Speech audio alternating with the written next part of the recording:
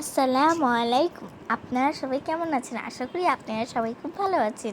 আমরাও আল্লাহর রহমতে খুব ভালো আছি। কচু ভর্তার রেসিপি নিয়ে চলে এসেছি মি অ্যান্ড মমস কিচেন থেকে। চলুন তবে দেখিনি আমার মামুনি কিভাবে কচু ভর্তাটা তৈরি করে। কচু ভর্তা তৈরি করার জন্য নিয়েছে কচু।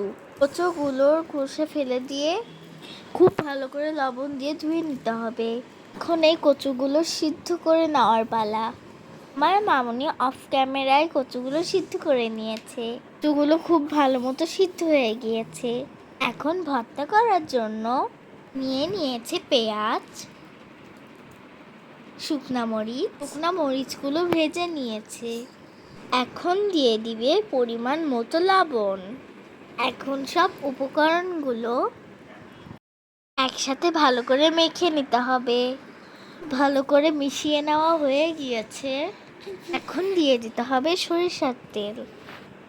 এখন কচুগুলো দিয়ে খুব ভালো করে সব কিছু একসাথে মিশিয়ে নিতে হবে। ব্যাস তৈরি হয়ে গিয়েছে কচু ভর্তা। গরম ভাতের সাথে এই কচু ভর্তা থাকলে কিছুই লাগবে না। যদি এই সিম্পল রেসিপিটি ভালো লাগে তাহলে আমাদের চ্যানেলটি অবশ্যই সাবস্ক্রাইব করবেন। লাইক শেয়ার কমেন্ট করে আমাদের সাথেই থাকবেন। সবাই ভালো থাকবেন, আমাদের জন্য দোয়া করবেন। আল্লাহ হাফেজ।